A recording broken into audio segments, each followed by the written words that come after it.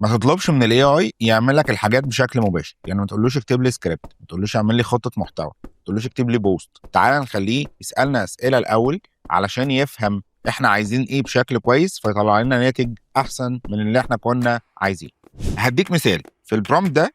انا قلت له عايزك تساعدني في وضع خطه محتوى للنشاط التجاري، ولكن قبل ما تبدا وتقترح اي حاجه اسالني من 3 ل 5 اسئله توضيحيه عن اهدافي والجمهور المستهدف عشان تكون الاجابه بتاعتك دقيقه ومناسبه فعلا ليا. تعالوا نشوف النتيجه.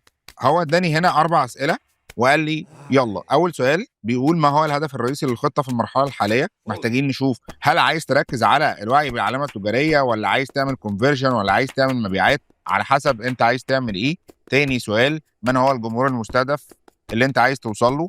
تالت سؤال ما هي المنصات اللي انت عايز تركز عليها. واخر سؤال ايه هي نبرة الصوت اللي انت هتتكلم بيها. مجرد ما تجاوب على الاسئله دي هتاخد افضل اجابه من اي اي تول انت بتستخدمها. شاركنا في الكومنتات وقول لنا ايه الحاجات اللي بتعطلك وانت بتستخدم الاي اي. وما تنساش لو عايز تتعلم داتا واي اي يبقى ماشيين فوق.